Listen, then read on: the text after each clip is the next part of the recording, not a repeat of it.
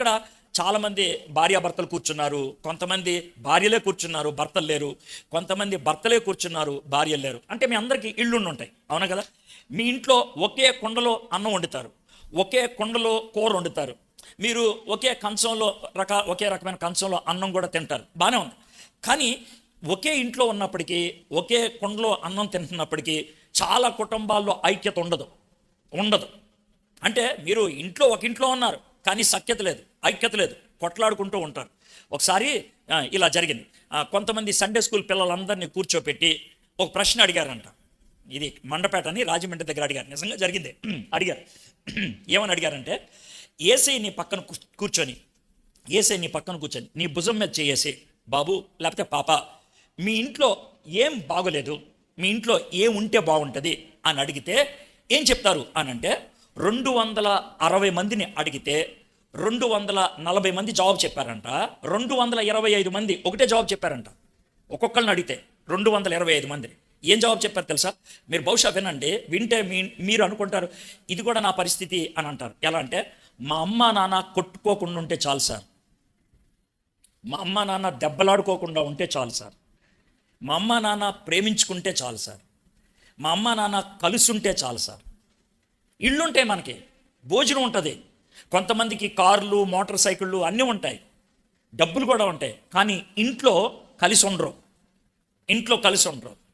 సాయంత్రం అయితే కనుక గొడవలు, ఇంటికి వెళ్ళాలంటే కొంతమందికి ఇష్టం అనిపించదు, తాగొచ్చిన తండ్రి కొట్టొచ్చు, లేకపోతే తిరిగి వచ్చిన తల్లి ఇష్టం వచ్చినట్లు మాట్లాడచ్చు. ఇది ఇంట్లో ఉన్న పరిస్థితి. అయితే ఇక్కడ ఇశ్రాయేలీలు ఎలా ఉన్నారంటే, మేము చెదిరిపోయాం, మేము అటు వెళ్ళిపోయాం, కానీ మా దేవుడు మమ్మల్ని సమకూర్చాడు. ఇక్కడ కూర్చున్నటువంటి మీరు ఒకవేళ నేను చెప్పిన వాటిని విని, అవునండి మా ఇంట్లో కూడా అదే పరిస్థితి, మేము చెదిరిపోయాం, మేము ఒకటిగా లేం, బయట వాళ్ళకి తెలియదు మా గొడవల గురించి, బయట వాళ్ళకి తెలియదు మా పరిస్థితులు ఏం బాగలేదు, మాకు తెలుసు ఆ బాధ ఏంటో, నాకు తెలుసు ఆ బాధ ఏంటో. ఒకవేళ అలాంటి మాట చెప్పేవాళ్ళు ఎక్కడుంటే దేవునితో ఈ మాట చెప్పండి, అయ్యా దేవా మా ఇంటిని ఒకటిగా చెయ్యి, చెదిరిపోయాం, మేము గొడవలు పడి వేరువేరైపోతున్నాం, మేము ఒకటిగా అవ్వాలి, అప్పుడు నీకు స్తోత్రము గానము నేను చేయగలుగుతాను, చేవా అని దేవుణ్ణి అడగండి. దేవుడు ఖచ్చితంగా మీ ఇంటిని ఒకటి చేయడానికి ఇష్టపడతాడు, ఎందుకంటే అది దేవుని చిత్తం కదా. మీరు ఒకటిగా, దేవుణ్ణి నాకు బంగారం ఇయ్యి అంటే ఇయ్యకపోవచ్చు, నాకు కారు ఇయ్యి అంటే ఇయ్యకపోవచ్చు, నాకు ఆస్తి ఇయ్యి అంటే ఇయ్యకపోవచ్చు, కానీ మా ఇంట్లో వాళ్ళకి రక్షణ ఇయ్యి అంటే ఎందుకు? మా ఇంట్లో వాళ్ళు మేమంతా కూడా ఒకటిగా ఉండాలి అంటే ఆయన చిత్తం కదా అడుగుతుంది, ఎందుకు చేయడైనా చేస్తాడు. ఇప్పుడు మీకు మాట చెప్పమంటారా, మీ ఇంట్లో ఐక్యత ఎందుకు లేదంటే, మీరు ఇప్పుడు చర్చిలోకి వచ్చి కూర్చున్నారు కదా, మీరు అంటే మీరు విశ్వాసాలు కదా, మీకు దేవుడు తెలుసు కదా, మీకు ప్రార్థన తెలుసు కదా, మీరు ప్రార్థన చేయలేదు కాబట్టి మీ ఇంట్లో గొడవలు ఉన్నాయి, మీరు ప్రార్థన చేయలేదు కాబట్టి మీ ఇంట్లో విడిపోయే పరిస్థితి ఉంది. బహుశా ఇక్కడ కొంతమంది విడాకుల దాకా కూడా వచ్చేసిన వాళ్ళు ఉండొచ్చు, ఇంకా విడిపోవాలి అనుకునే మాట కూడా వచ్చి ఉండొచ్చు. అయితే ఒక విషయం, ఆ విధంగా చెదిరిపోయిన వాళ్ళని కలిపి ఒకటిగా చేయగలిగేవాడు మన దేవుడు.